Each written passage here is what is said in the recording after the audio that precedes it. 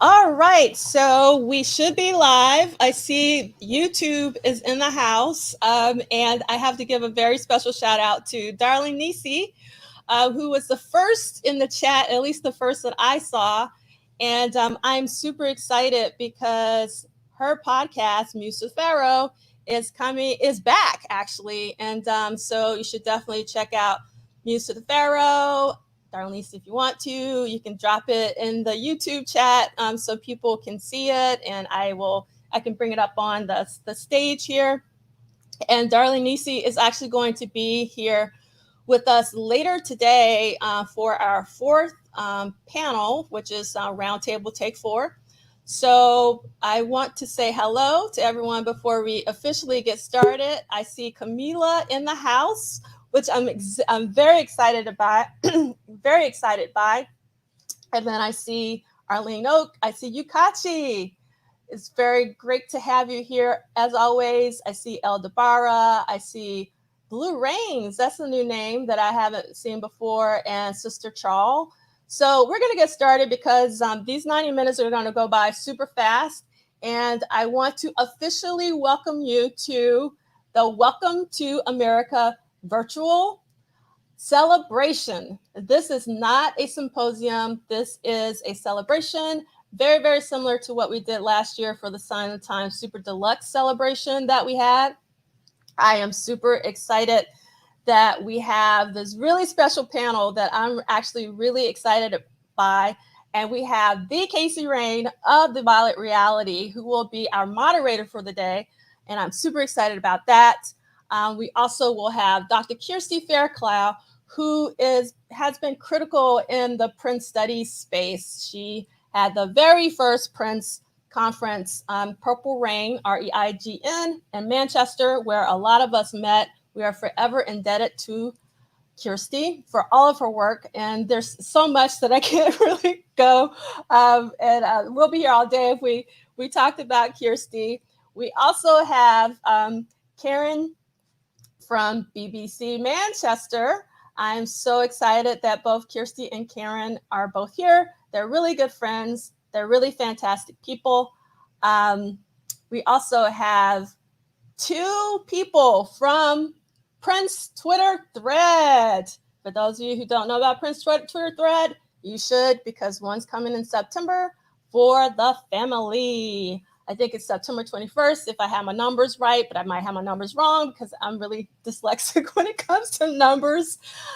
So we have Edgar Kruize, and we are graced with the reveal today of, I call him DJ UMB, but we are so grateful that you have been so generous with being with us today. We really do appreciate it.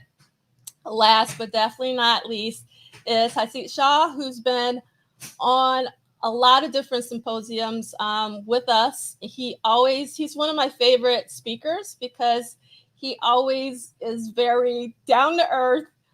He's critical, which I think is great to be. I don't think that you should blindly accept everything that is offered, even from our beloved Prince. But we are here because of Prince. Before we get started, I want to give the obligatory: the estate of Prince Rogers Nelson is not affiliated, associated, or connected with the Welcome to America virtual celebration. Please use the hashtag W2AVC for Welcome to America virtual celebration. And I'm going to put that, just show it to you one more time. Get that, I'm too quick with my fingers today. That's the hashtag. So if you're on social media, I'm going to stop blabbing and I am going to hand it over to the Casey Rain. I'm so excited that you're able to moderate for us today. Thank you for agreeing to do this. And I'm going to remove myself and I want you to take it away. Thank you, D'Angela. Can everyone hear me okay? That would be a good place to start. Okay, perfect. Hello, everyone watching. Hello, amazing panel. So glad to be kicking this off today. Thank you so much to D'Angela for organizing this, inviting me, inviting all of these amazing people to discuss our topic, our Euro take on Welcome to America, the album that finally came out after 10 years, as we all know. I want to know how many people remember this t-shirt. I pulled this out especially for this occasion. This is the one that was actually being sold at Hop Farm at the Welcome to America Euro Tour. Weirdest name for a tour ever, but we can get into that later on.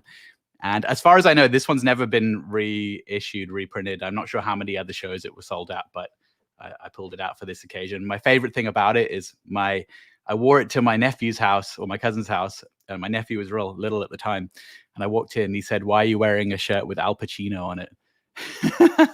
And if you he's kind of got a point, right? There's something a little Scarfacey about the outfit, but it is what it is. So thank you for everyone that's watching right now. I'm going to moderate today, as D'Angela said, which means apart from my little intro spiel that I'm doing right now, I'm probably not going to talk that much. I just want to make sure that everyone else in this panel has the opportunity to go around and set the topic and pick it up, and we don't get sidetracked, which we inevitably will when talking about Prince, because it's kind of impossible when you have a group of purple nerds like this. So let's start, I think, with what is everyone's memories of Welcome to America at the time it was happening? I think I will start with Edgar. Well, the thing that I remember most is going to the Ahoy Stadium a few days before Prince was supposed to play there, and seeing the big Welcome to America Euro Tour sign. It was massive. It was across the entire front end of the venue, and I was like, "What's that? What's Welcome to America?" I had no idea, and I asked around, and people around me also didn't have a clue. Normally, you knew the projects Prince was working on. You knew that there might have been an album called Welcome to America and stuff like that. But at the time, in 2011, you didn't know that. You just thought, well, he named this tour Welcome to America for whatever reason. Maybe because he also already did those Welcome to America tours in the US, and he just brought it to Europe or whatever, and especially because he didn't play any songs from the album. Nobody, at least not in my direct surroundings, knew that this was actually an album. So actually, what I most remember is that I don't remember anything. It was all new, and well, we didn't have a clue. Basically, that's it. Yeah, I mean that's pretty close to my recollection as well. And I think we'd heard that they'd done an album with Tal and Chris, and I think that was about as much as anyone knew. And I think from the perspective of somebody who was always trying to dig to find out as much information as possible, I think a lot of people felt burned around that time, because it had been a few years of Prince hinting at, or even like kind of semi-announcing, or other people hinting at things that just never transpired. I mean, there was the funk album that was supposed to be talked about around 2009 with Turn Me Loose on it. There was 2010 Deluxe, which, you know, he played a song on the radio. There were people involved who were saying, yeah, this is done, and then like nothing there. And so by the time like Welcome to America, or like things that we heard about were going on, everyone was like, you know what, we'll believe it when we see it at this point. Which I think is fairly common in this fan base. Yeah, absolutely. But what I do remember most is that it was his first proper tour of Europe since 2002. So it was a big event here in Europe. He did the 21 nights in London, of course, and some shows in between. But he didn't properly tour Europe since the One Night Alone tour. So having him back in Europe was a big thing. That's another thing I remember from those days. Kirsty, how about you? Yeah, I think I just remember thinking, how on earth did Vince Power pull that off? How did he get Prince to go to Hop Farm? I didn't get tickets. I didn't get to see him on that occasion, so sadly. But I think it was just that surprise, and kind of like you said, Casey, where there was a lot of, at the time, you know, a lot of rumor, a lot of kind of, you know, is this going to happen? Is this not? And then when it actually did, I think it was more of the shock of how it was actually, how Vince Power, who's a veteran music promoter, managed to pull it off. So for me, it was more of the shock of the fact that he played that gig, more than, sadly, not being able to see it, not getting tickets. DJ UMB, what do you remember from Welcome to America at the time? Yeah, well, my earliest recollection was seeing him in Denmark 2010. And that was really the warm-up gig for the whole tour although at the time I didn't know that. But I then remember him coming to Hop Farm the year after, and unfortunately I didn't attend that gig either. But there were rumours, if I remember correctly, about him playing Glastonbury. But for some reason that fell through. And then he did the Hop Farm gig in sort of, I guess, retaliation against not headlining Glastonbury that year. I may be imagining this, but I just have a faint memory of recalling that he was due to be playing Glastonbury in 2010 or 2011. I can't remember which year. But I saw him. It was there was rumors across many different years of Glastonbury, because I played there in 2005, 2007, I think, were the 2 times I went, and I'm sure there were rumors before those years as well. And I think my gut feeling that I sort of remember hearing something about is that he started to feel like they would spread those rumors to like get the hype levels up, and he was like pissed off about it. He was like, don't do that. He may have had a point, he may not, but that's kind of how I remember hearing. So 2010 Roskilde, Denmark, was really the start of it all. He did a series of 7 or 8 gigs around Europe, and I actually attended the first one, which was on the 4th of July. The second 4th of July gig I've attended, a Prince gig that I've attended during his lifetime. And I think he only ever did about 4 or 5 gigs on that date. But I attended 2, one being the New Tour in 1990 and then 2010. And actually they come at the bottom of my list in terms of the best gigs that I attended. And he had Sheila E on drums, Cora on bass, Maurice Hayes on keyboards, Liv, Shelby and Elise were there, but it was a pretty muted performance. It wasn't the greatest performance I watched. And so I just gave it a miss the year after, and I caught him again during the Hit and Run tour. Hasit, do you want to share some memories about Welcome to America at the time it was going on? Yeah, I went to Hop Farm. I'm like everyone else here, that I would go see Prince wherever and whenever, as long as it was possible to do it and I could afford it, I could travel there and all that. And I think I've been to every tour in the UK since like 93 or something. But Hop Farm was a surprise, as people have said here, and we did expect him to do the really big show like Glastonbury, and it never happened. My memory of the show at Hop Farm is that it was slightly disappointing, and not because he was not good, he was great, but because the crowd wasn't a Prince crowd. He wasn't a festival artist in the sense that, there were people there who were there to see other people, other acts. They weren't listening. They were on the side drinking or doing whatever else. If you go to a Prince show, for me anyway, and I think for everyone here, all your focus, every fiber of your being is focused on the stage and on one guy. And that wasn't the case at Hop Farm. The thing I regret from that era, most of all, is a couple of years earlier when he played Montreux. And I really wish I'd gone to that, because I think that gig is on YouTube, and it is one of the most extraordinary live performances that I've seen of his. I mean, I'm sure that people have other things that they really love, but that really stands out for me. So I was looking back, I wish I'd seen that show and I'd given Hop Farm, maybe not given it a miss, but I wish Hop Farm had some of that energy. I know, yeah, I know what you're saying. I mean, I didn't feel disappointed by the fact that there were people there not super paying attention. Maybe it's just like good memories looking back, but the way I felt about it was like, this is such a different experience and environment to every other Prince show I've seen. And so that just made it kind of unique and stand out in my mind.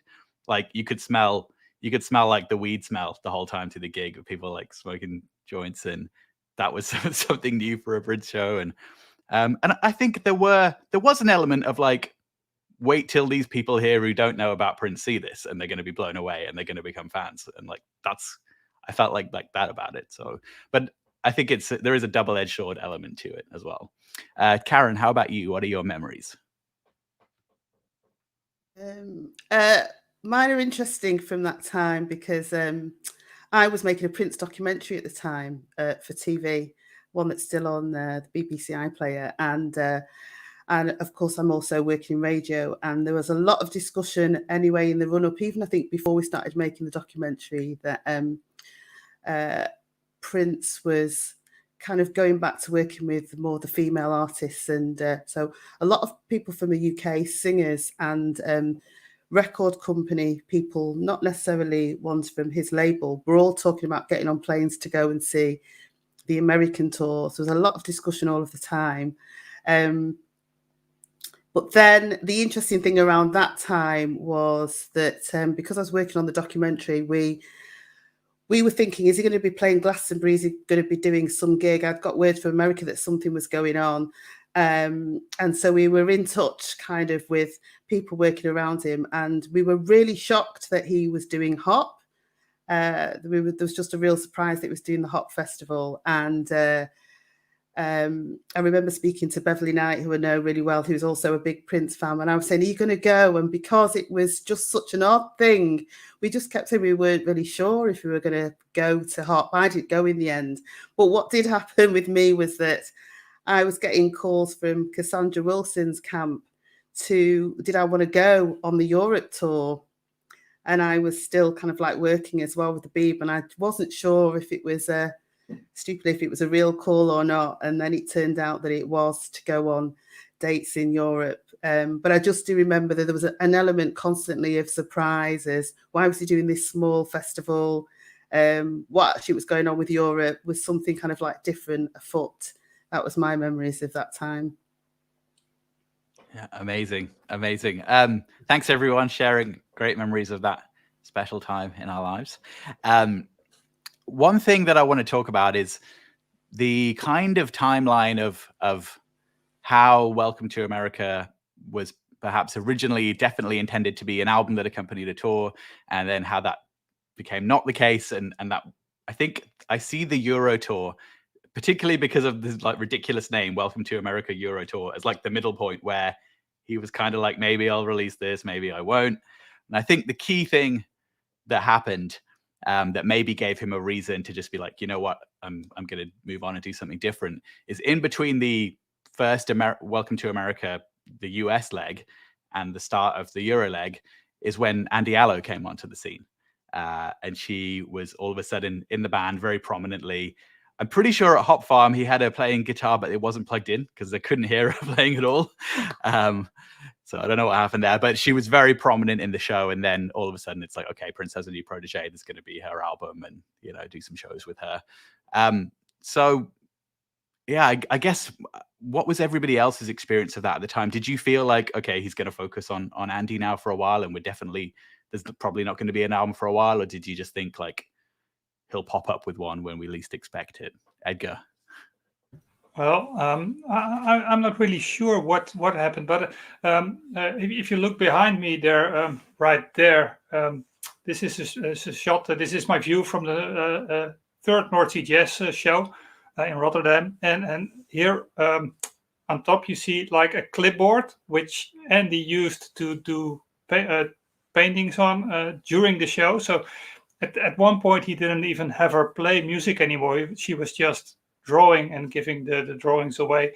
But I guess what we thought at that point, that Andy was the new focus from that point on. Indeed, like you said, the Euro tour was the last time the Welcome to America moniker was used, because after that he moved back to the US, and then the shows were no longer Welcome to America, but Welcome to Chicago, and after that Welcome to Australia, etc.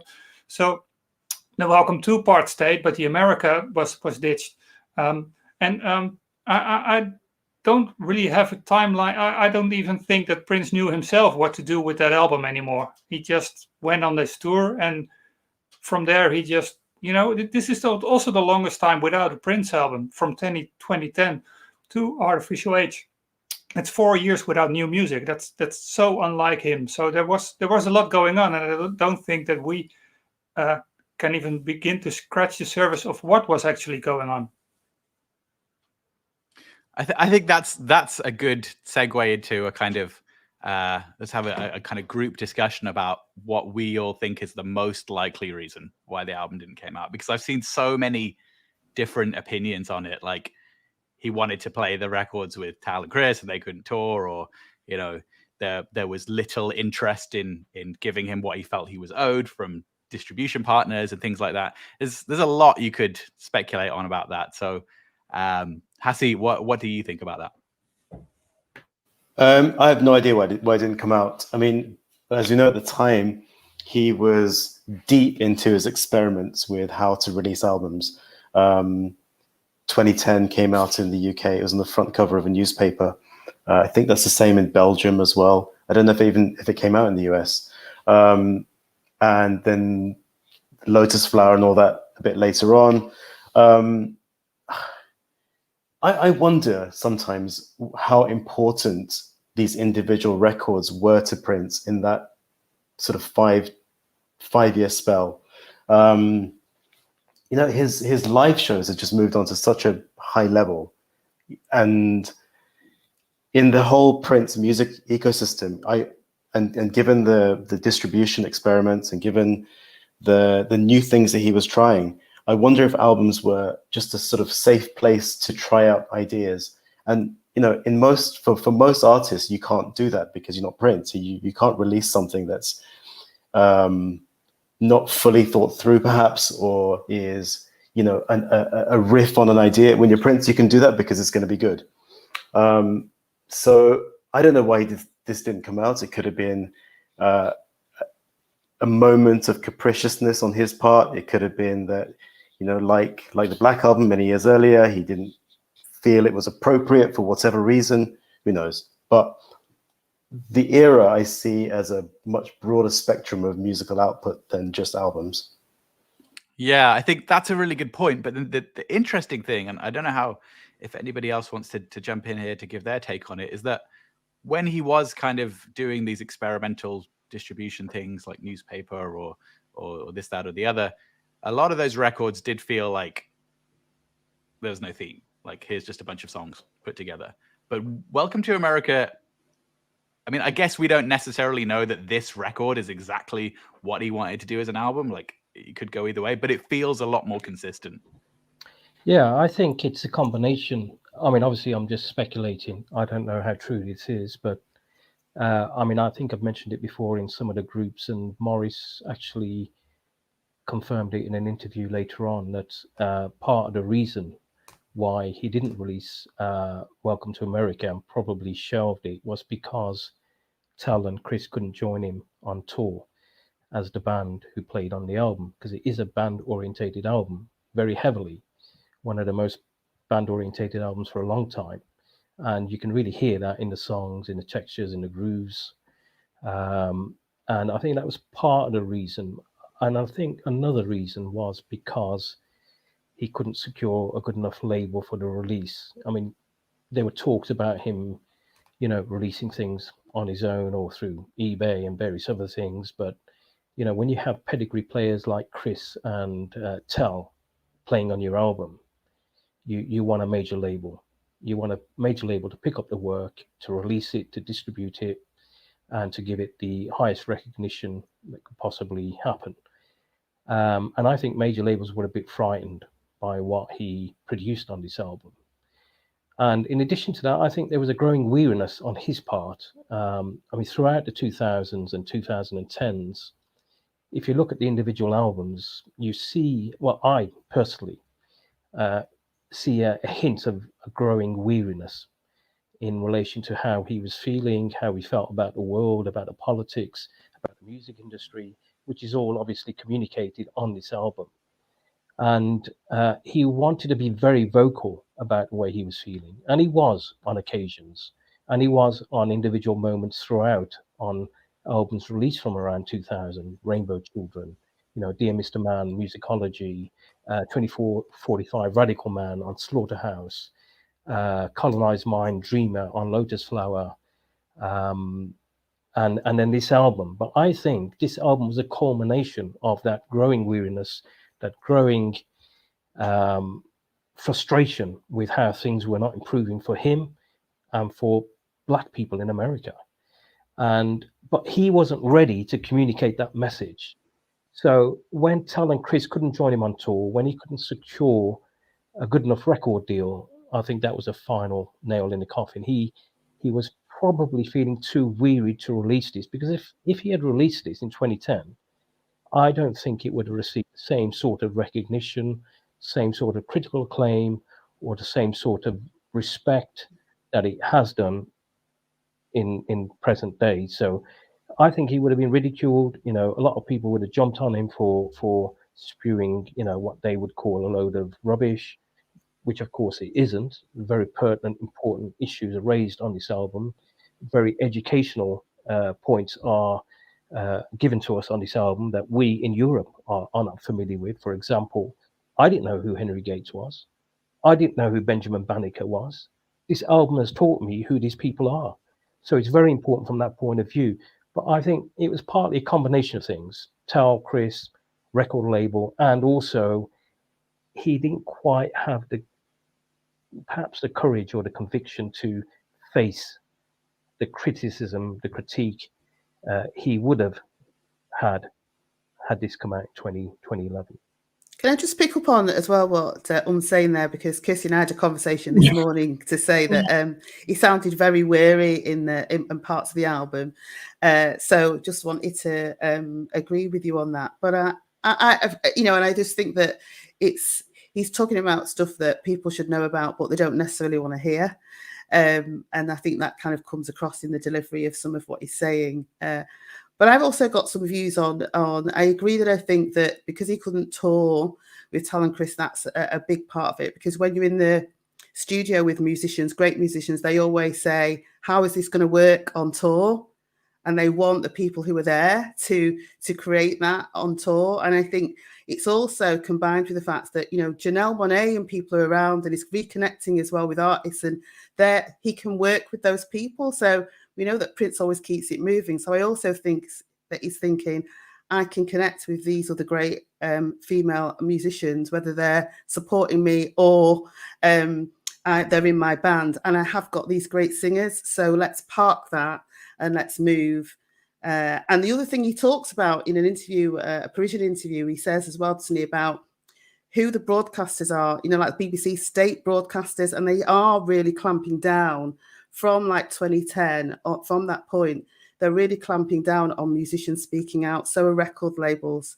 You know, that was a time even when I started to speak with artists where people would step in and say, we don't want to talk about anything political with you. Can you remove that now from the interview? And so I think he's aware of all of that and maybe just thinks this isn't the time for this to come out, you know, because people just aren't ready for me. And, you know, Prince was always ahead of the game, you know, so he makes it kind of for himself, but then just thinks, you know, this is going to go back in the vault. That's my view on that. I completely agree. Sorry, Kirsty. No, go ahead. Yeah, I was going to say I completely agree. And, you know, even his sister Tyker said he was, you know, there's a growing weariness on his part in relation to how he was feeling, how the world was not really developing in the way that we all hoped it would, you know, how equality was still an issue, how racism is still an issue. And he himself said, I don't know when he said it, but he said, I live in this world, but I am not of it, you know, which ties into Afrofuturism, freedom dreams, all of those, you know, concepts which are really important to Black African Americans as a means to critique, you know, the state of the country that they live in. You know, it's not a form of escapism, it's a form of critique, you know, a form of critique and a political critique. And that wouldn't have worn well in 2010. The world wasn't ready for it. And he certainly would have faced a big backlash. Yeah, sorry, Kirsty. You go ahead. I think can I just jump in there real quick in that somebody mentioned in the chat just now that Prince said something about believing people would misinterpret what the songs mean, and I just want to say that's bang on. I mean, if you go back to America from around the world in a day, there are still people debating what he's talking about in that song. Is he being critical? Is he being patriotic? And there's a lot of people that are just, I hate to say it, they're just not intelligent enough to understand the nuance of critical patriotism, where you criticize something because you love it, right? We live in this polarized world where it's like, everything sucks, or like, oh, everything's so amazing, and there's like so little nuance there. And Prince just nailed that nuance. He was so intelligent when he made socio-political records, and it just went over a lot of people's heads.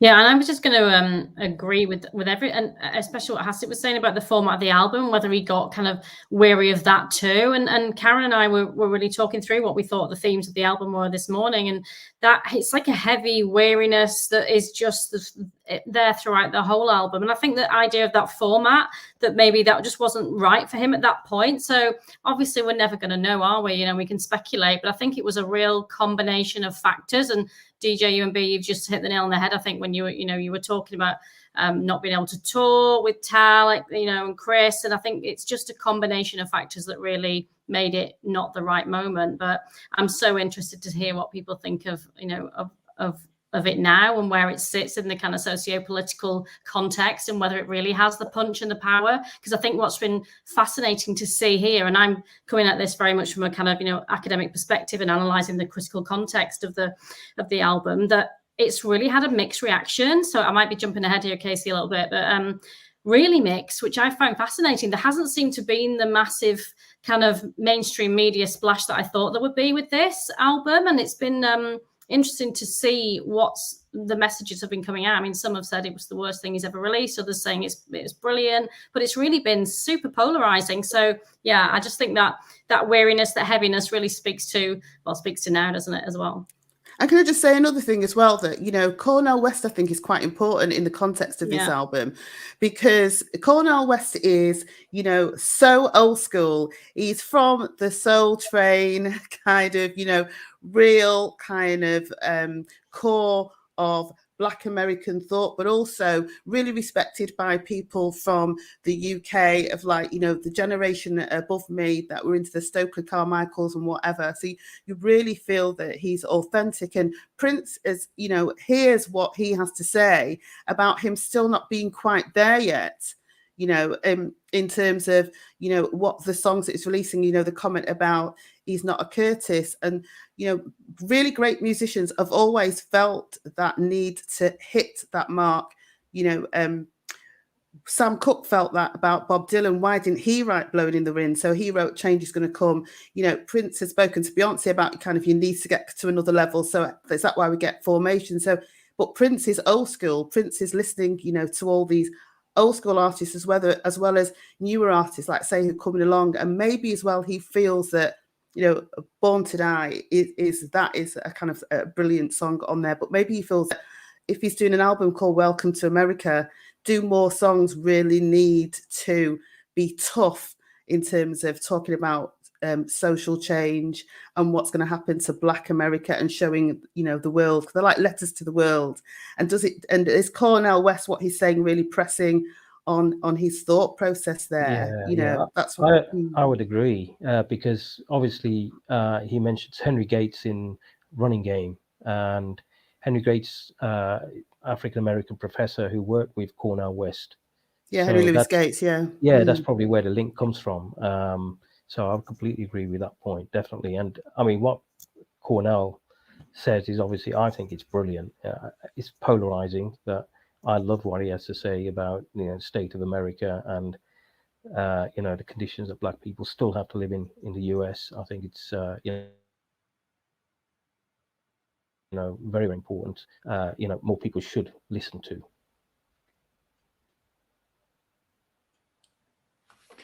So yeah, there's been some stuff in the chat about this idea that if Prince did feel that people would misinterpret the message of it, would it get widely interpreted as being detrimental to President Obama as the first African American president, and people take it as bad timing?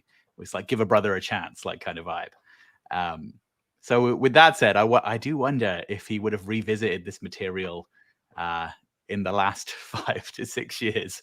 That's a very interesting thought.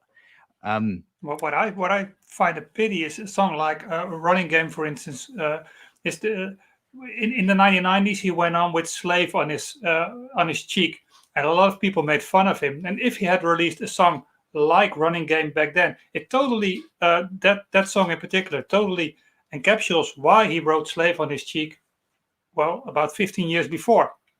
And people didn't get it then. And I had hoped that people would get it now after hearing that song and reading those lyrics. And it's still, the message still doesn't come through very, very well. So maybe he was afraid of that as well, that people would still misinterpret his lyrics. But isn't it as well that, you know, like you say, he was ridiculed. And I remember going to the gig in Manchester where he had that on his face, and there was gasps, you know, when people realised what it was. But there are still gasps now when people try and raise that, you know, that talk of being on the plantation. And so even though post George Floyd, this album means so much and it speaks to people a lot more, and they're like, yes, now we understand why Prince was talking about all of these things. It's still, we know this is a more divisive time than ever. So again, it's like, you know, people can just pull your music and write you off if they don't like what you hear. And that's the other, you know, the other thing to kind of like think about, really. It's, you know, musicians want to be heard, don't they? So is that something that really made him think about, I'm not really sure about how much I give. Maybe I can give a song like Baltimore, but I don't want to give everything. Yeah, that's definitely true, because he was doing that in the lead up to Welcome to America on individual albums. Like I mentioned previously, you know, there was a track, 1 or 2 tracks on each album from the Rainbow Children up to Welcome America, where he would speak, you know, quite, you know, openly and transparently about, you know, the Black experience in America. And I did run through a list of songs: 2045, Radical Man, you know, Rainbow Children, you know, Dear Mr. Man, Colonized Mind, Blow Slower.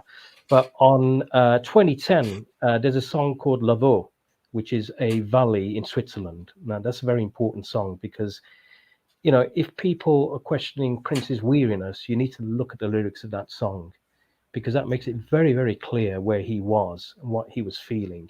You know, he's talking about escaping America to go and live in a valley in Switzerland because of what he faces, you know, in America on a daily, weekly, or monthly basis, and what his people are facing in America.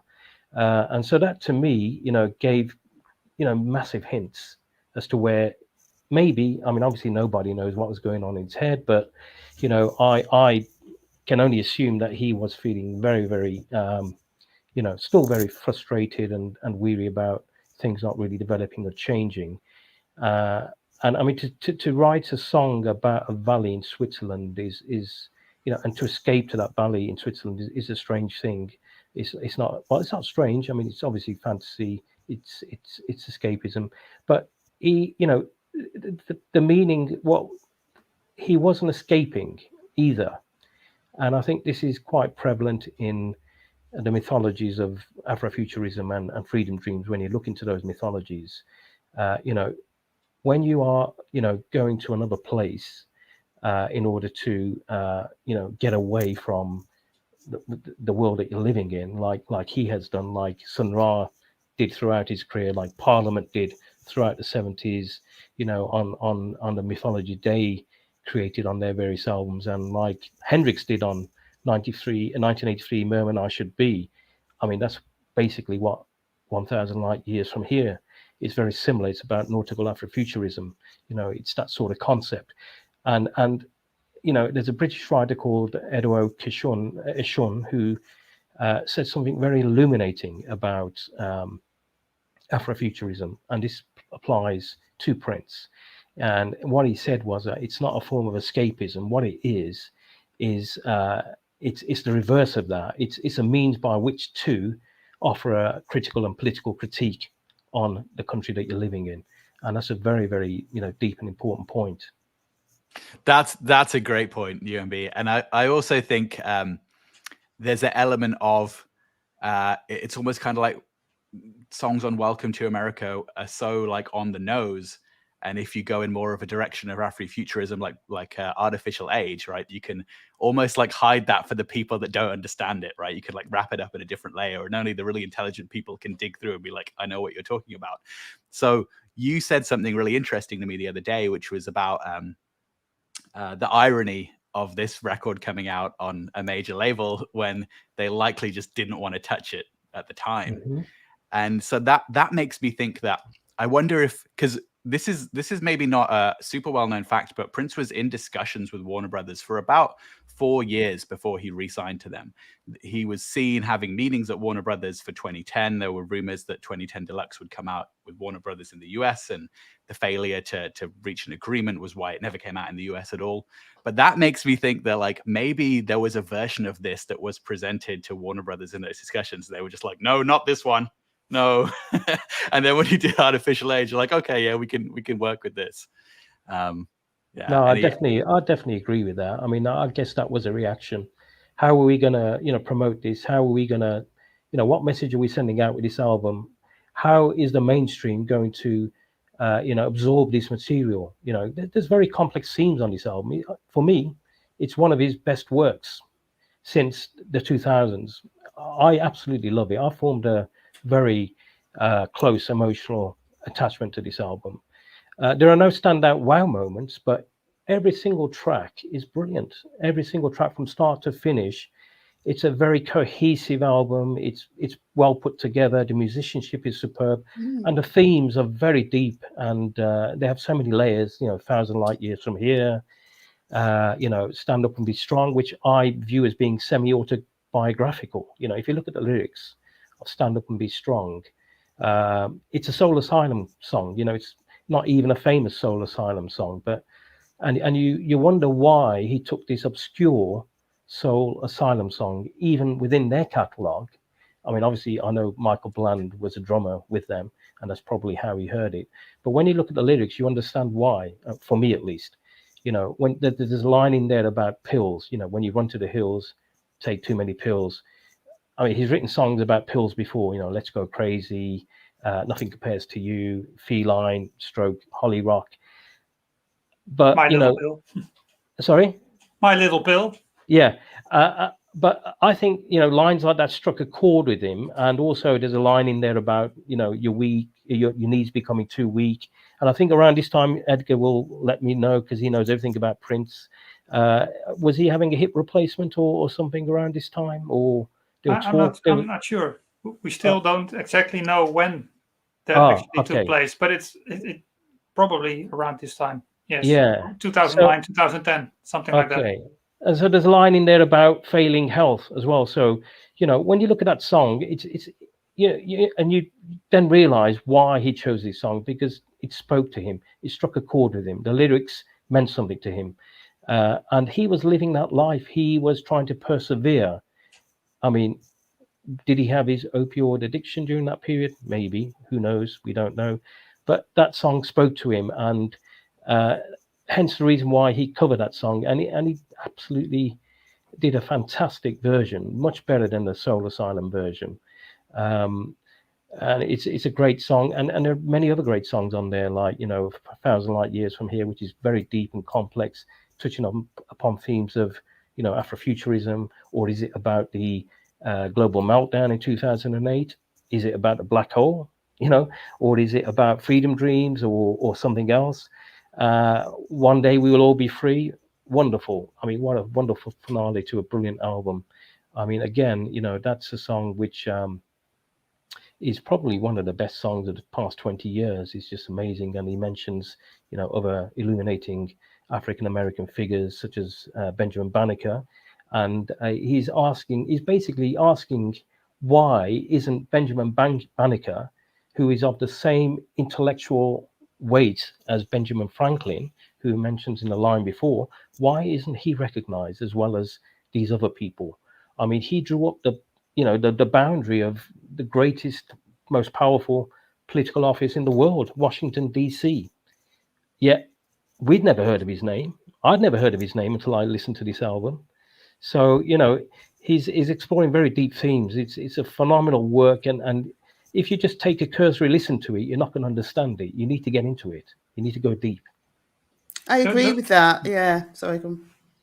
Go ahead. No, I agree that he's, you know, Prince had a passion, didn't he, for history and for being aware that people needed to learn. And I think that starts to come through in his lyrics, and it does really through this. But also what I find interesting is that Prince has a Eurotake. A lot of Americans don't understand also what's going on in Europe. And he based himself in London, in Paris.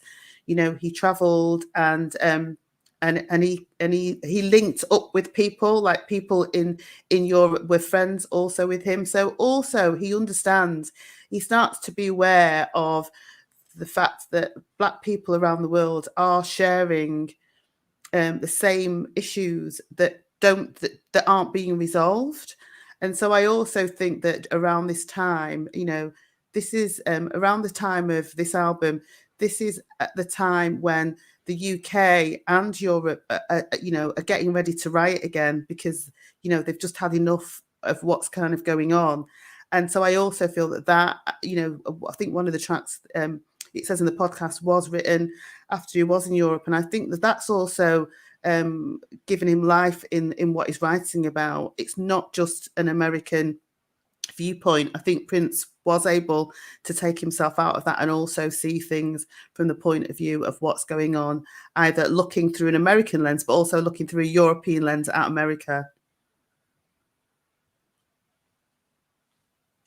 Do we really think that? No, do we really think that he didn't release this album at the time because he was genuinely worried about the reaction to what he was trying to say? I'm really skeptical about that. I think that Prince had achieved a level and had said things for many years that were more politically explosive than this.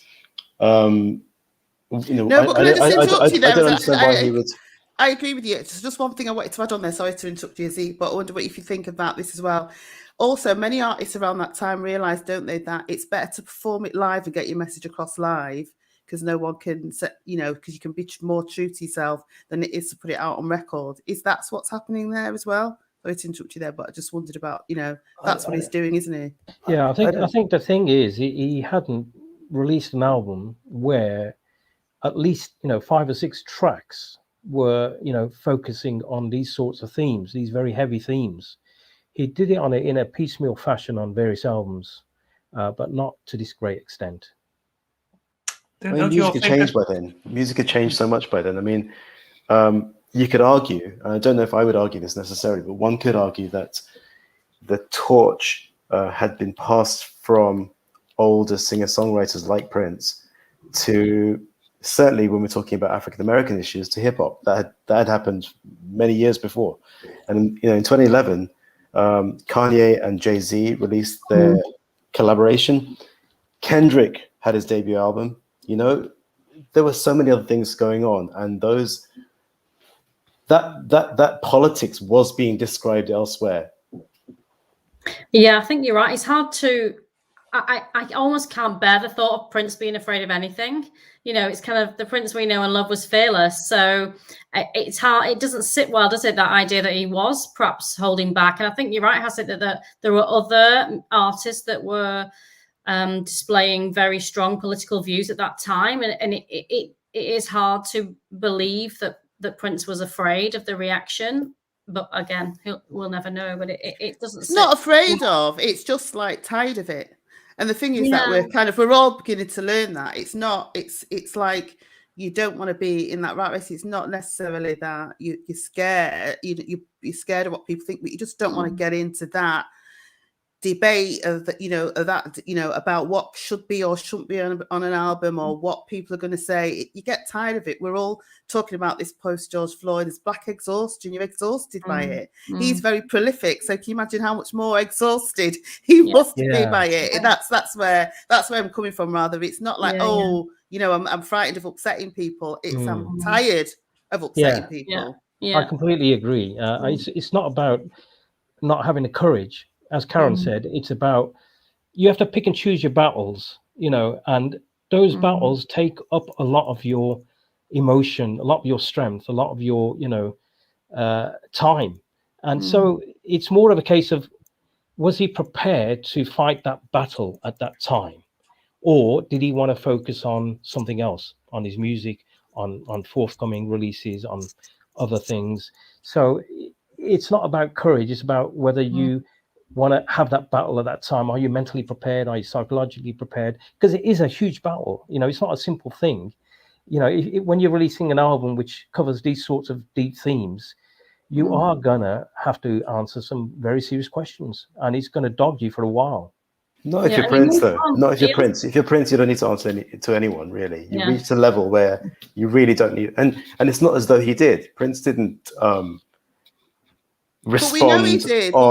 But we know he did. We know he looked. We know he searched YouTube. We know he looked. We know he watched things. But sure, you know, but did it change anything he did? I don't think it did. You know, he didn't go on a talk show to respond to somebody. He didn't go on social media to clap back at somebody else. Like, he may have known what was being said about him. He still did his own thing.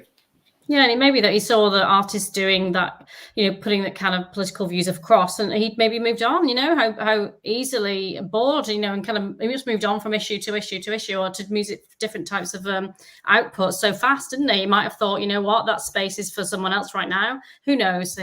But it's fascinating to speculate, for sure. Oh, maybe I think it's very telling that in 2014 he invited Kendrick to Paisley Park for the Artificial Age party. I think that is a very telling move from him. Like that, like he wasn't doing that for many new artists at the time, like apart from people he was mentoring. So that's a really important point to make, I think. Yeah. Sorry, Edgar, I didn't mean to cut you off there. Oh, no worries.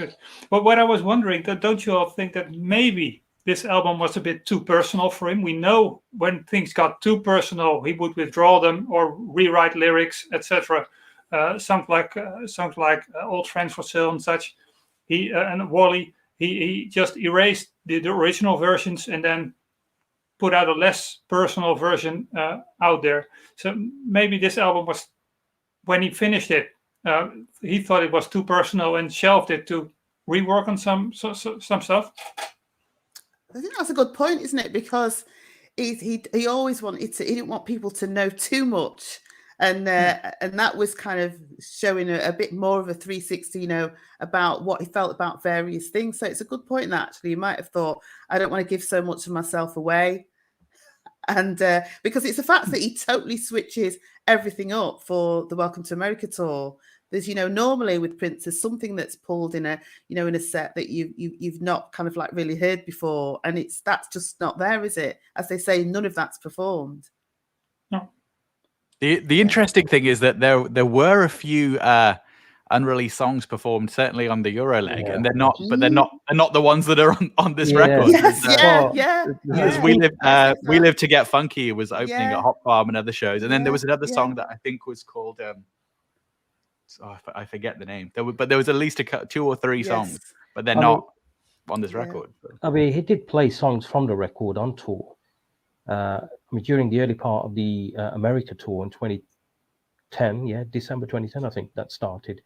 He did play Welcome to America on and off. He played Hot Summer in 2011 in Europe, and he played Same Page, Different Book as well. In 2011, I think, and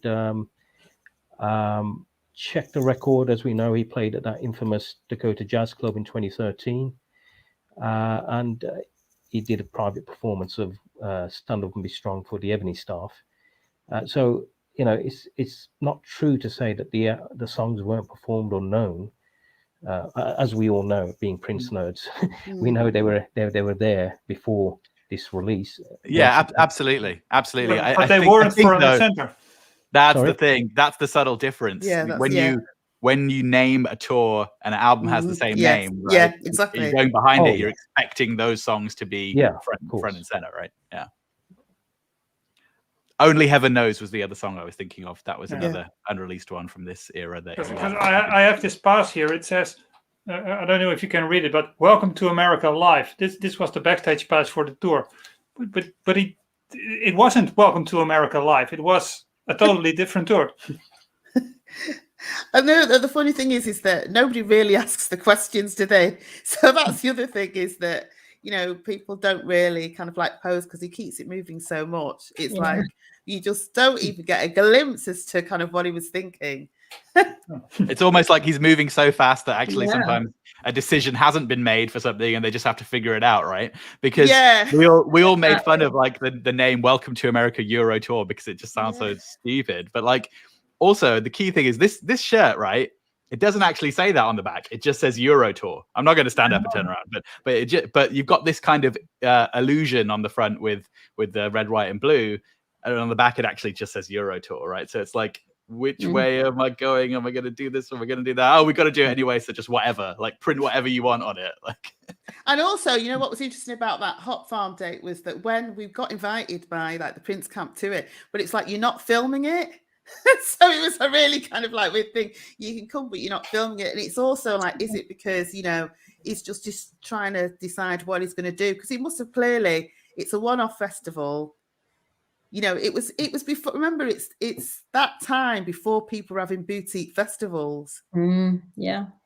It's probably why he didn't do Glastonbury, because Glastonbury would have been on the BBC, there would have been videos, there would have been a lot of control ceded to somebody else. Whereas with this, he could say to Vince Power, look, I want it done this way and this way, this way.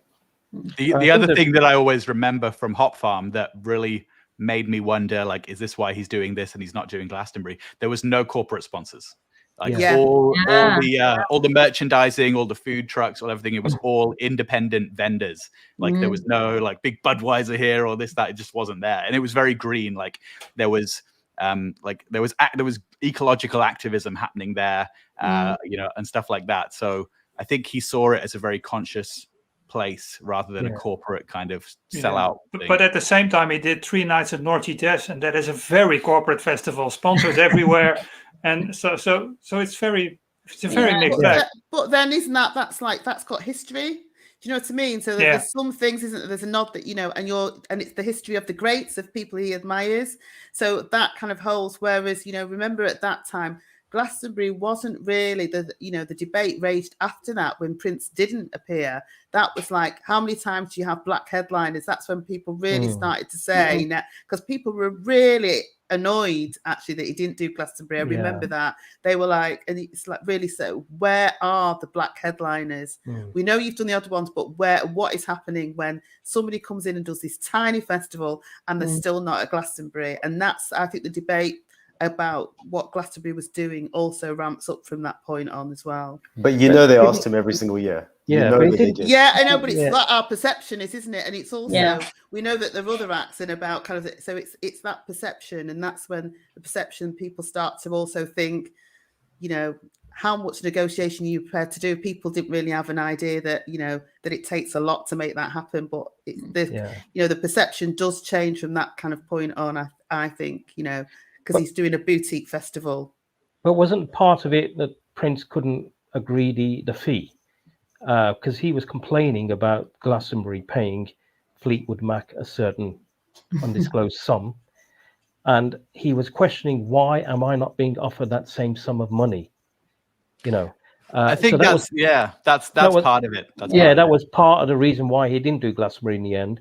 And it was fortunate for me because I remember now, it was 2010 when he was supposed to be, there were rumors about him headlining Glastonbury, and he pulled out the last minute and instead did Roskilde in Denmark that I was playing at. So I was very lucky. I was so happy because, I managed to get to see him backstage. I had the backstage passes for the whole 3 days, everything. So, but I think that was the main reason why he didn't do Glastonbury, because they could never negotiate the right fee.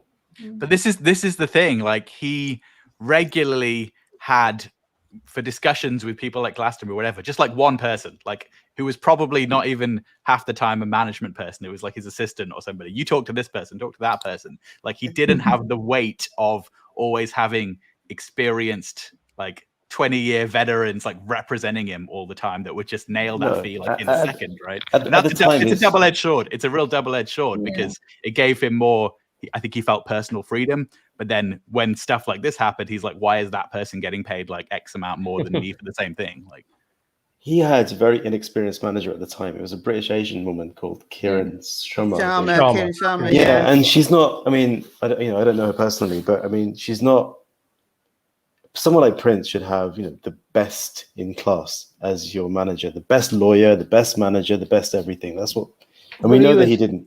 We know that he didn't do that. But that's the irony, isn't it? Because he wanted to get paid a lot of money for Glastonbury or any other festival, but then at the same time he was a cheapo himself. He didn't pay he didn't pay the people working for him the amount of money they should get. So that's always been the case. I mean, I don't know how many of you have read Brown Mark's book, because like basically half of Brown Mark's book is like Prince was paying us nothing and that's why I left, right? But I think the thing is, there's two things to that. There's that maybe he didn't want to pay like 10% or 15% or whatever experienced like management or agent's fee is.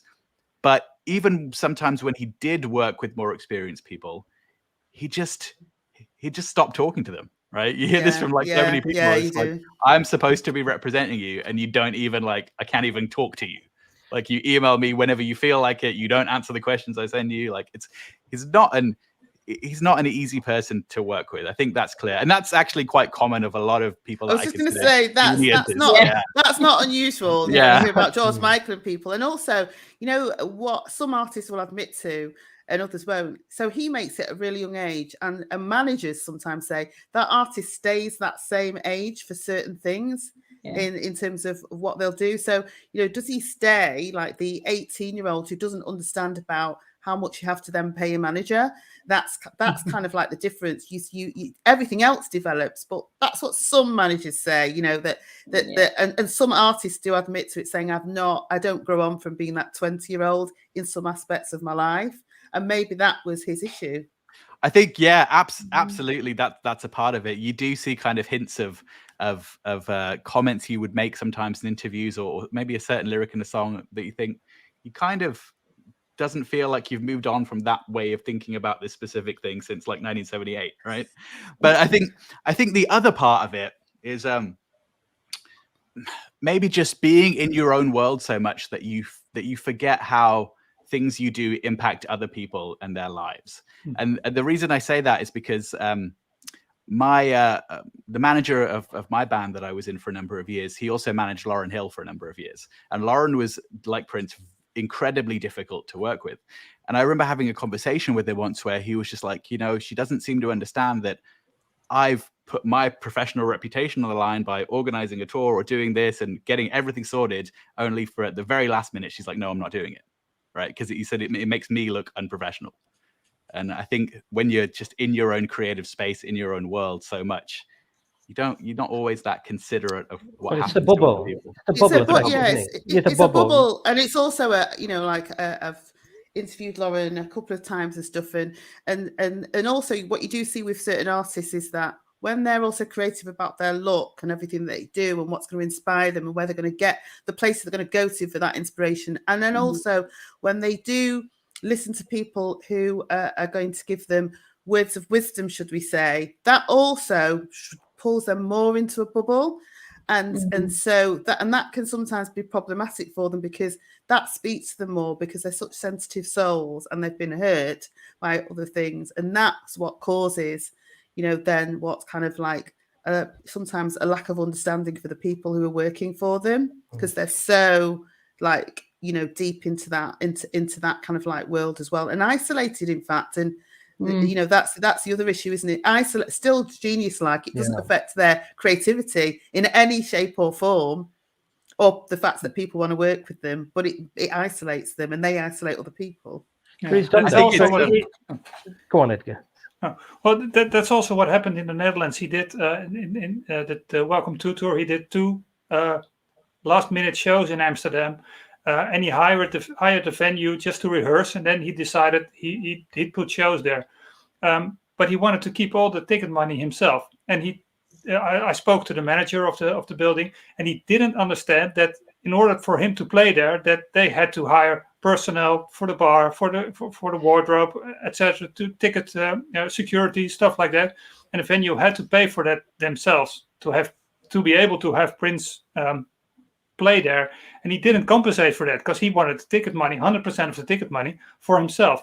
And somehow it didn't click to him that if I am going to play here, these people have to invest a lot of money. And they wanted to invest a lot of money because they wanted to have Prince play on their stage, of course. Well, But he's Prince. yeah, he is Prince. Yeah. I met somebody. I don't think they're part of the Prince fan base. I can't remember. I met them in some other context, but they said I was working at a venue in Manchester. Prince calls and said he wants to do an after show at this venue.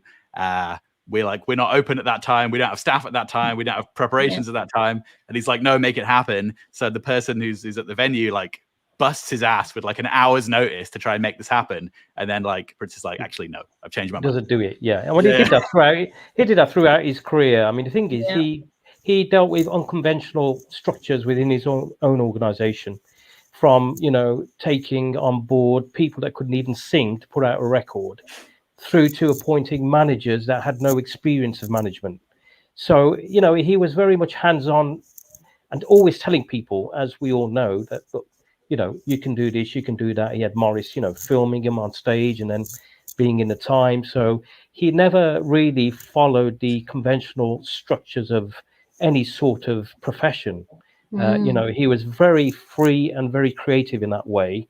And I think you have to admire him for that. He didn't make the right decisions, but, at least he wasn't paying some manager, a large percentage of his fee to sort out these gigs. He might have had somebody inexperienced, but he was still doing the tours, and some of them were the highest grossing tours ever. So it didn't do too badly. It's a maverick mentality, isn't it? Exactly. Because it can go either way. Like there's some very strong examples of it like working out so well for him, and then there's others where it's just like this. You just should not have done that. Like if you look at Afshin Shahidi, right? Afshin was a camera operator, right? He was not a photographer, and at the time, I think it was, I guess after Steve Park stopped working there, Prince was just like, I see that you own a camera. Take some photos. And look at him now, right? Like just incredible person in his field. So I think somebody put in the chat there earlier, creativity versus practicality, and I think that level of creativity, which most of us will never ever reach, and practically, exactly. I think someone just put it in there now. It just doesn't. It's very, very rare that it works together, isn't it? You can't possibly be that creative and also have an eye on the whole kind of practical ramifications of your output. So a good manager's not supposed to suppress your creativity, though. Exactly. They're supposed to be able to do the practical things, as you say. They're supposed to be able to also deliver bad news to you in a way that you understand and you act upon, and that you then make a better decision out of. And to not have that, I still think is a mistake. And we've seen where those mistakes lead with Prince. But also on the other side, to have someone inexperienced, though, it's they've got another kind of viewpoint. They'll throw up the more challenging. They'll throw up those little things that if you're someone who's been in the game for some time, it'll make you think, this excites me. This is interesting, and it's an okay mistake to make if it doesn't kind of go right. So that's the other side of it, and I think that's why you went with Kieran, because she was exactly that, and that. These like, let me do these pop-up shows here and let me do a little bit extra thing. And because when you're new in the game, you'll make it happen. Like you say, Hasit, you're not going to necessarily say no. You'll just do it where somebody else will go no. But then that makes your life more exciting. You're like, it gives me another sense of, I can keep kind of going and I'll falling back in love with all of this. So that's, it brings a freshness to the table. I mean, they can bring innovative new ideas. They're not case hardened by years and years of working that sort of circuit. So, there's a freshness to that approach. I think there's a naivety and inexperience, but at times it can really work in your favor. And he didn't do too badly. I mean, his tours were phenomenal. So it didn't matter about his manager, because he didn't need one. He would just say, right, okay, I'm touring, and it'd be sold out. In most instances, his tours would always sell out. So, I mean, I have no experience of putting on a show, but I could have put on a tour for him. He could have taught me in a couple of days. It couldn't have been that hard. Well, the North Sea Jazz shows are actually they were night shows, because the negotiations with Prince's team were so difficult that at the point that they agreed that they would do North Sea Jazz, the entire festival had already been fully booked. So the only way to make that happen is to put him after all the other acts as a night act, and it turned out great, but by accident. But the only reason that he was a night act was because of the lack of communication with Prince's team and the festival until the point that they had already booked all their headliners, etc. And then he decided, okay, I'm on. Yeah, where do you put someone? Yeah, that was the conversation. Yeah, that was conversation. Sorry, go on. No, I was going to say that's the exact same thing that happened with Denmark in 2010, Roskilde Day. He was never on the lineup, and then suddenly, a month before the actual festival gig, Prince appears out of nowhere, out of the smoke. So again, it's very similar to the North Sea Jazz thing, and that's how we operated. I mean, it's like the piano microphone tours in 2016. What they're there 1 minute and they're gone the next. We unfortunately in the UK didn't get a chance or opportunity to see them because he obviously decided he wasn't going to do it.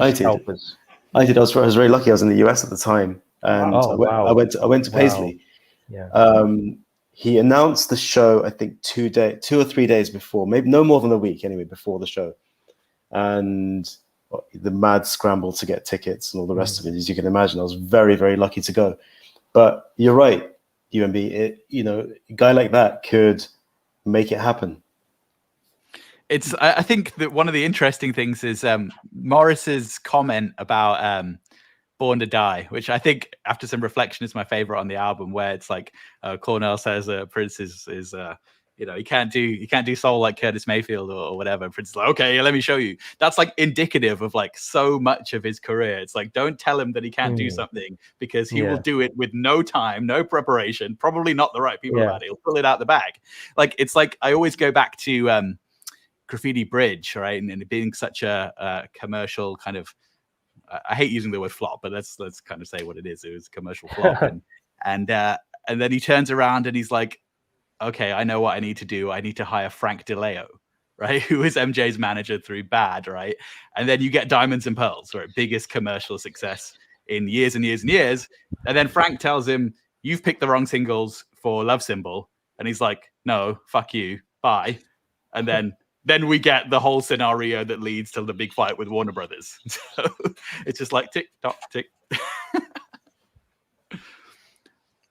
But I think around all that time, it's like he's still, when it comes down to the final kind of UK tours, there was this huge level of excitement. But I do remember around the Welcome to America tour on the European side, there was a level of excitement in that Prince was kind of doing something quite different with the artists that he was working with in America. And also, if you look at the set list, who he pays a nod to on musically on those tours is also something really kind of quite special.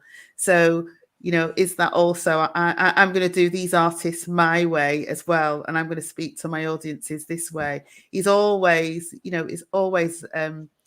like his audience never know what they're going to get, do they? That's the other thing that we're aware of. I mean, you saying that, I feel that, he missed a trick with Welcome to America. He should have done a cover of a much more famous song, much more famous song than Stand Up and Be Strong, which have brought a lot more attention to the album and would have been a huge talking point. I mean, I was having a fun discussion with Zach from DMSR blog in one of the groups a few weeks ago about this. And I said he should have replaced Stand Up and Be Strong with a cover. A lot of you are going to be horrified by this. It's it's going to be a horrific suggestion, but it will make sense if you give me time to explain it. But I said he should have done a cover of Lynyrd Skynyrd's Freebird. Oh, I get that. Yeah, I mean, because when you listen to Stand Up and Be Strong, it sounds as though it's in this open air festival. And for me, it always reminds me of a live concert footage I saw of Lynyrd Skynyrd. And I don't know why it reminds me of that, which brought my mind to why he should have covered Freebird. And there's a number of reasons why that would have been such a huge talking point. Because those familiar with Lynyrd Skynyrd history might know that, well, they were allegedly racist. They're from the Deep South. Whether they were racist or not, I don't know. But accusations have been made because they did the song Sweet Home Alabama, which is about their racist governor. They said it wasn't in support of him, but commentators have said it was, and that was in riposte to Neil Young's Southern Man. So just imagine for a moment Prince taking this signature tune from the white rock fraternity, from an alleged racist Southern racist band, and making it his own. And we all know he's one of the best guitarists that ever graced this planet. And Freebird has that dueling classic guitar solo at the end. Imagine him reinterpreting that song, deconstructing it, turning it on its head, creating an even better guitar solo than appears on the original, and making it, changing the lyrics a little bit and making it a black protest song. Just imagine how that would have washed with that right rock fraternity. It would have been so much fun, and it would have, he would have reclaimed that song as his own. So I think he really missed a trick by not doing that on this album. There's a good point there that I think went over a lot of people's heads at the time when it happened. But the idea that the Super Bowl, the actual theme of his performance was songs written by white people that then black people covered and did better, right? Yeah, like Creep as well, Coachella. I mean, he took Creep and he completely reinvented that. The live version of Creep by Prince is better than any Radiohead version.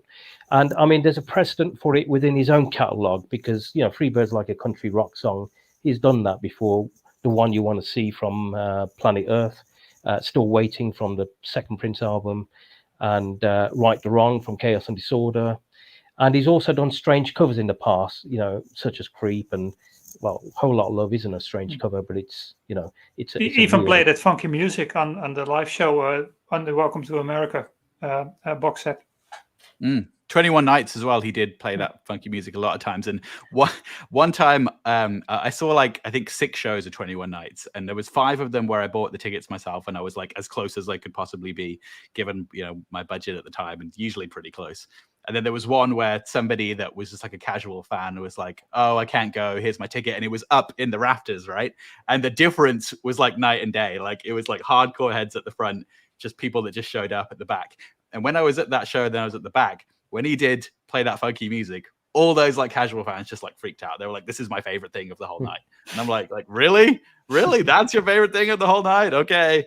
So I see what you mean about kind of covering popular songs. There's something in that. We've got 15 minutes left. There is a quick point. I don't want to shift the discussion away from the organic flow that's happening, but I do want to make a quick point in the last 15 minutes. And that's, I would love to know what everybody in this group thinks about the overall release, different versions, how it's been handled of Welcome to America, because this is the first Sony release that's not a reissue. So how well do we think the Prince Estate and Sony have done with this? UMB, you should start. Well, the price tag was a bit on the high side. I think we've gone through this before, considering you only got 12 tracks and a DVD. Packaging has been phenomenal. Promotion has been great. I don't understand why. I don't know who said it. I think it was Kirsty, who said that she didn't feel that the promotion went far enough, but I feel as though the promotion has been excellent on this release. What I meant was it didn't seem to have perhaps the impact I think I was expecting it to have. Right. In the mainstream. By the audience, you mean? Yeah, I would agree. Yeah, definitely. I mean, it hasn't had the impact we were hoping for. People aren't talking about this album as we hoped they would. I mean, we are in the Prince, bubble, the purple world. Yeah. We are talking about it, but outside of that, it barely gets a mention. That's quite true. So disappointing. Yeah. No, definitely. Considering, given the amount of promo they did on this album, which has been phenomenal. The box set, it's great. I think it's a very encouraging release. I mean, it's encouraging for the future because it's far better than I expected. Although it was a bit heavy on the price tag initially, even though I got it quite cheap from Amazon France, half the price of what it was advertised at the beginning. So I've been really pleased with it. I think it's a phenomenal album from start to finish. One of his best works. I think that the reviews are right. I think The Guardian have said it, and a few others, that it is one of his best albums of the past 20 years. I would agree. because there isn't a filler track on there. Every single track is something. If you take some of the songs outside of the context of the album, like for example, Hot Summer, which came as a single, and then Welcome to America, which came as a single, they weren't as impactful as they are when they stand on the album as a whole. So, you know, listening to it from start to finish, it's a very impactful album. I think it's, you know, full of really deep themes, great musicianship. I've been very pleased with the whole thing.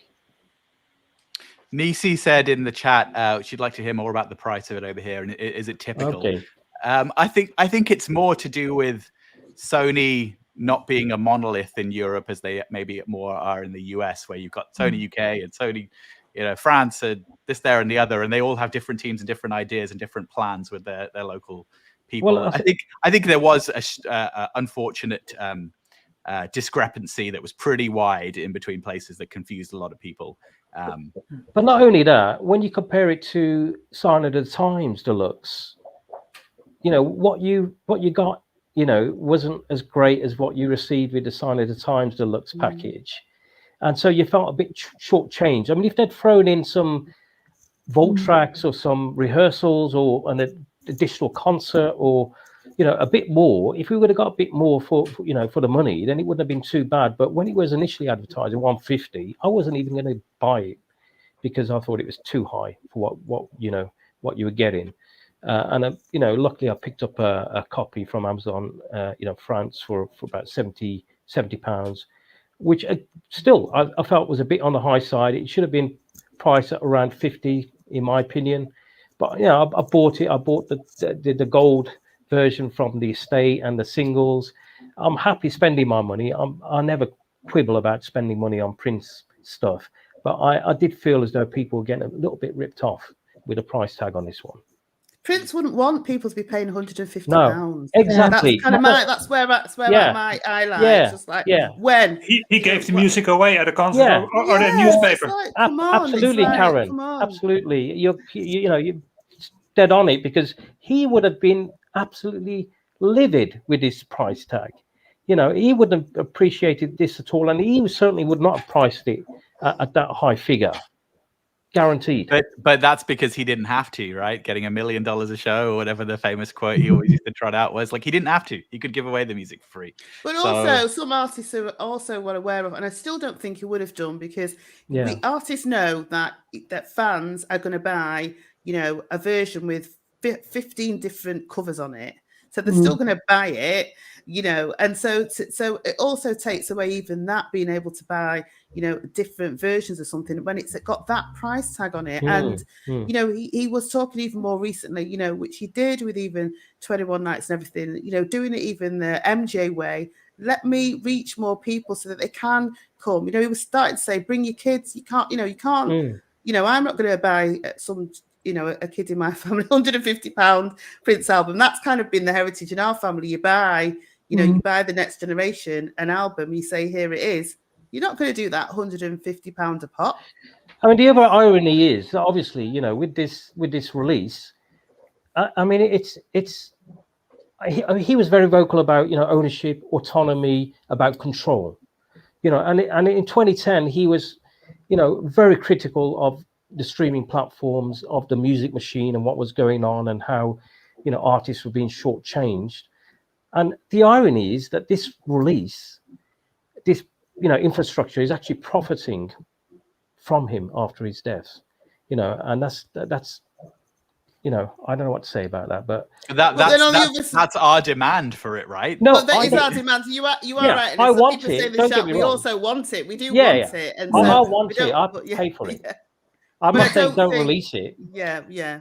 I'll buy anything he releases. We have to remember that the estate is not even settled yet. I mean, the inheritance isn't settled yet. And they've got enormous legal bills piling up every single day. So you have to do this, you know? Oh, yeah. I'm not disagreeing with that, but I'm just saying that he probably would not have appreciated, you know, the fact that this was being done. Maybe. We don't know. He changed his mind. We're not sure, you know, what Prince ever thought of. But, you know, that was his general sort of, you know, he vocalized this throughout in the 2000s, you know. So He may have changed his mind. He would have to go with the flow. He can't just remain stagnant in one position in relation to how the music industry is changing. And he would have found a new innovative way, but his way, as he always did. I mean, I paid $200 to go to that Paisley gig, and that's fine because I'll do that without even thinking, and we all would, right? Yeah, it's a lot of money, and that was his decision, nobody else's. So I don't know if he was completely ambivalent towards money. Yeah, no, I mean, honestly, I would have bought it if it was £300. It wouldn't have mattered to me because I want everything he releases. But I felt as though for those fans, especially given what we've been through in the past 18 months with COVID, people losing their jobs, people not having the sort of resources that they would have had a couple of years ago, it was a bit of a punch to the gut, really, for those people that couldn't afford to buy this. So, I mean, that's the only reason why I'm saying it. But the price differences are big as well. The estate sold this for $100. Here in the Netherlands, the initial price was €150, which is about $150. There's no way you can explain that big of a difference between buying it from the estate and buying it in a record store. And the record stores here in the Netherlands, they had to the retail price they had to buy it from was €116. So they had to buy it from Sony for a higher price than the estate was selling it. So there's a big problem with this set that the prices aren't the same all over the world. I think I would imagine the estate will be a little bit more heavy-handed with Sony with future releases. I think they were probably blindsided by the sheer amount of people that ordered the Japanese CD Blu-ray one. I know a lot of people that have never ordered CDs from Japan before that have picked up that one. So, yeah. What did everyone think of the particular show that was included if you watched it? Because one interesting point that a friend of mine made, he said he was at shows either side of that date. Like one was like 2 or 3 days before, one was a couple of days afterwards, and he said they were both better shows. So he was a little confused at why they chose that specific one. I mean, I thought it was a great show. I mean, I'm incredibly biased, obviously, compared to a lot of casual people, perhaps, but from a mainstream perspective, it's like it's quite heavy on covers. It opens. There's a few lesser known songs in there that were not in some of the other shows, so it's quite interesting. I mean, I enjoy Prince doing covers though, because he just gives it that flavor that no one else does, because he kind of goes all out to say I can do it better, but I also love what you did. So I enjoy that. But also, I mean, that when you watch, if you go to anything that's been televised or filmed, that when you're in the room, it feels so much better than when you watch it back. So that's kind of, that's maybe, way. What I like about this is that it feels like you're actually there. It's not like a real concert, but it is the best officially released concert DVD out there or Blu-ray out there, because this is the first time that I'm watching an officially released Prince concert that I'm actually feeling, yes, this is the show that I am experiencing. It's the same as being in a room. And I don't have that with the Syracuse DVD from the Purple Rain Deluxe edition. I don't have that with the Sign of the Times movie. I love the Sign of the Times movie, but it's not a concert experience.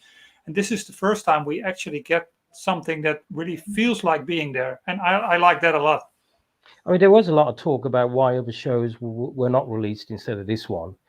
And obviously, it's because in some of the other shows, he was doing his sampler set and playing The Most Beautiful Girl in the World.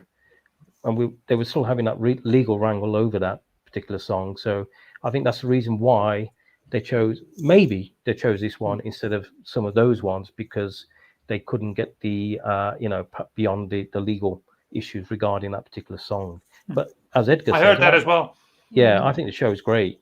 It's wonderful. I mean, some people are complaining about in parts of it, especially the part where he's playing the cover, play that funky music, that there's some sort of technical issues with the actual picture, but I didn't notice it really. It's so insignificant. I mean, like some of the blemishes on the released album, unless you really want to listen out for them, you won't hear them. And I've chosen not to listen out for them because to my ears, it sounds fine. Right. There's a lot of nitpicking, isn't there? It's like you complain about a little scratch on stand up and be strong, but you're happy to listen to like Wally. It's just like terrible quality. Even the official release is not great quality, right? Yeah. It is what it is. One final question that I think, because we're getting close to wrap up time. Here's a question. Would you? Yeah, I don't know. That wasn't me. Weird sound. Would you have preferred this release right now, or hypothetically any other project from this era that you can think of? Like, what I'm saying, I guess the question is, if you were Sony in the estate 6-8 months ago, what would have been your next thing to release? Well, I like that. Go ahead. No, I just think it's absolutely of the time, so you couldn't bypass it, could you? With what we've been going through over the last 12 to 14 months, questions would have been asked if this was released at a later point, I think. Yeah, I agree. This was a perfect time to release this particular album. Yeah. Didn't expect it, no. Complete surprise, complete shock when they announced, I went, what? But it makes perfect sense now, complete sense. And I don't think there would have been a better time than now to release this. What I would have liked to have seen, I mean, Black Sexy. Give me Black Sexy, or that's the Black Album and Love Sexy, Deluxe edition. I know D'Angelo will be a huge, supporter of that, or even Parade. There you go. I would have preferred that, but I'm happy with this, and this is the absolute right time for this to be released. It's the right context. The social conditions are perfect. The political conditions are perfect, and hopefully people will take this album home, listen to it, and understand a bit more. Because it's an album where you are going to receive an education, whatever your level of education is. You're going to learn something from this. Yeah, and I think that's a really, really important point that should be highlighted more. Perhaps that the messages there are so prescient, so important for right now. And you're right, it's an education in itself, and I think it's the right time. And also, I think the packaging is just amazing. It just looks gorgeous too. So yeah, props for that, I think, too. Yeah. So does everyone agree that this gives us a level of confidence and feeling like the estate are on the right track? Because for me, like, I had a strong sense of that. Like, some very smart decisions have been made here. Minor issues aside about pricing and things that can be resolved, I feel like they just really knocked this out of the park for the most part. Yeah, I feel like I've got more confidence now. I hear so much talk of, they've got no strategy, it's a mess, they don't know what they're doing, so scattergun. But I think with this release, it's given me much more confidence about the future, for sure. Yeah, and we can't question the musicianship or the production on this at all, can we? So that's the other thing that, for people who are saying there is better in there, which we know, we feel that they're going to pull that out sooner rather than later, I hope. I don't want the estate to become too complacent. So I'd say it's okay. But I want to see, you improving each time you do a release. I want to see you try to do better with each release. And I want more as well for my money. We need more live shows. We need more rehearsals. A lot of people are saying it. The whole Prince community is saying it. And I'm grateful for what we've had. I mean, it's been phenomenal what we've had. I mean, I'm not complaining about that. I'll buy, I'll throw my money whatever they release. I just want it. I'll listen to it. I'll give it a go. But I think, the jury's still out on whether they are doing a brilliant job. I want to maybe make that assessment in another 5 years' time. Fair. Okay. We're at 4:32. I'm sure D'Angelo's about to appear. Great place to wrap up.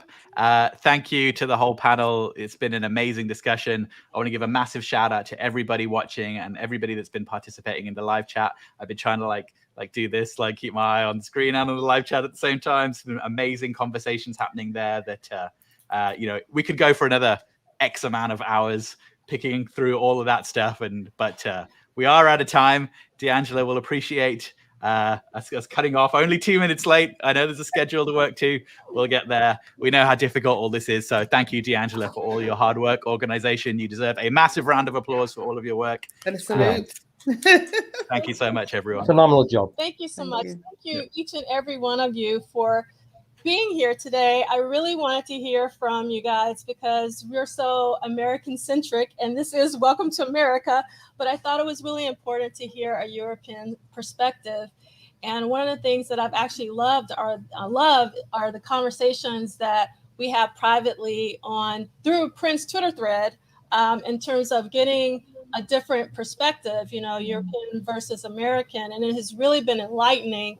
And so I realized, like, I'm making a huge mistake. This panel is really important in the context of this release. So I am so thrilled that you guys agreed to actually join us. And I hope that some of us Americans learned something new from the Europeans. And it was a really great panel. So we are going to take like a 28-minute break, a bio break, to move our bodies and all that jazz.